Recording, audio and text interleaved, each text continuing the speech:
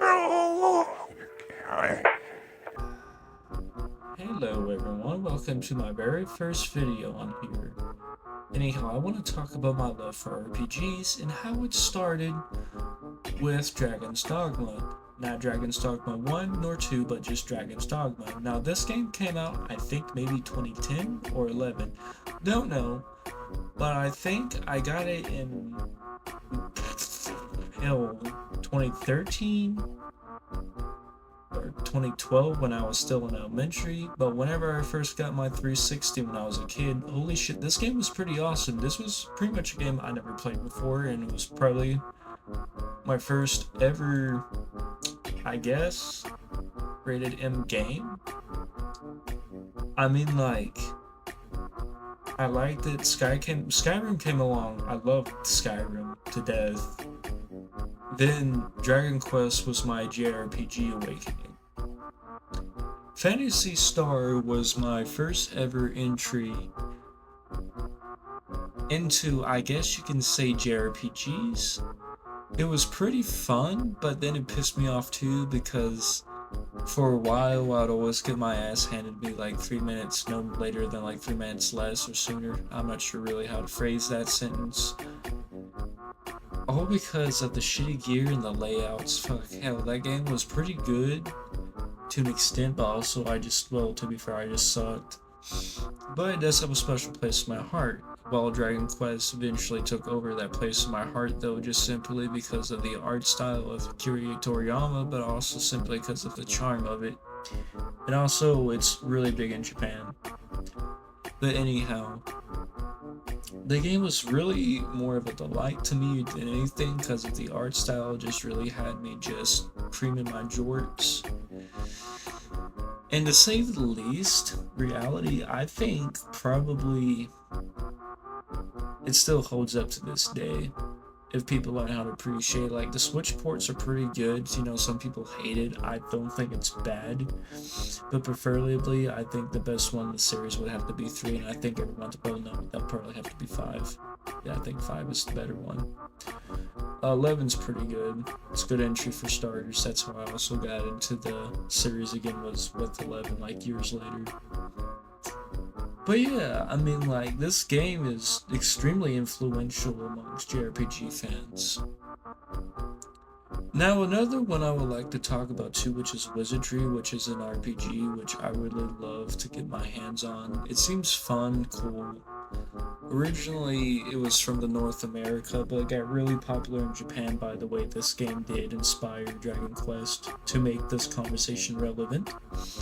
But anyhow, Ultima in this really did truly inspire one of the best JRPGs of all time. Now, I do have to say though, this game kind of feels similar to these old school D&D games or dungeon crawler almost. But to be fair, most dungeon crawlers did come from this game.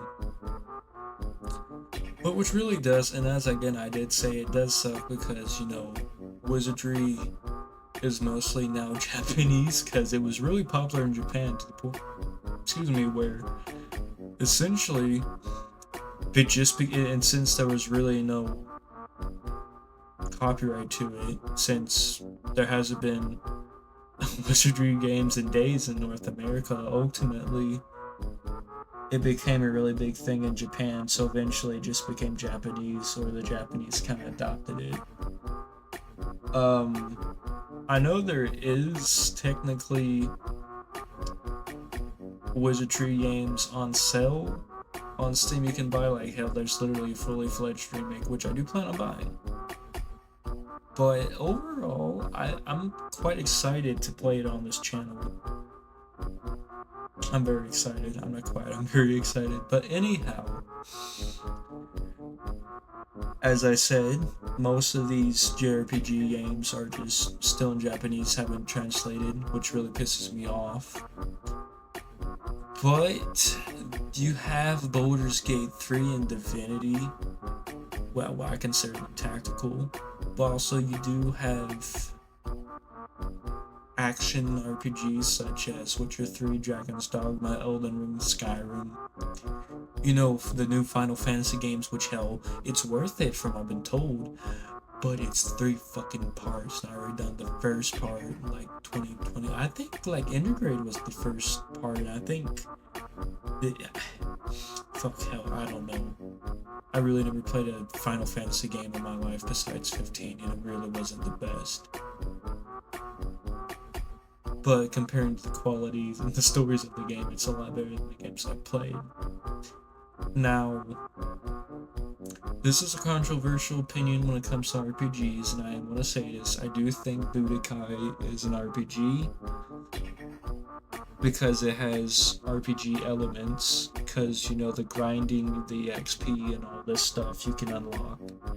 And so many people argue with it. I really don't give a shit. It's just in my opinion. I'm not trying to force it down everybody's throat, but I do think it is much more enjoyable than most. Not to mention, this game has a very special place in my book because A, it's Dragon Ball, and B, Toriyama. But as someone who loves his artwork, and as someone who grew up watching Dragon Ball, it always has a special place in my heart. So, as people may be wondering, well, it's not really an RPG, my eyes, yes it is, because as I said, the XP and all sorts. Now, if I truly had a PlayStation 2 and literally had a copy of Budokai Tenkaichi 3, or however you pronounce it, that would be a wet dream, but sadly I was an 03 kid, so I never did get to experience it. Now, when it comes to the DS games of RPGs, I really don't know, because most RPGs games I played are just I mean, like, you have Dragon Quest 4 on the DS, which is alright, but most of the Dragon Quest games too are also on the DS. So I genuinely don't know what else to say besides that, but I do notice that there are some very supreme or superior ports. I mean, like, DS is the better port when it comes to 5 than PlayStation. The PlayStation 5 one, you literally have to translate. Well, the DS is great. Dragon Quest 8, I think that was the one on the DS, I'm not really sure, but I mean, like, these RPG games on the DSs are kinda underrated.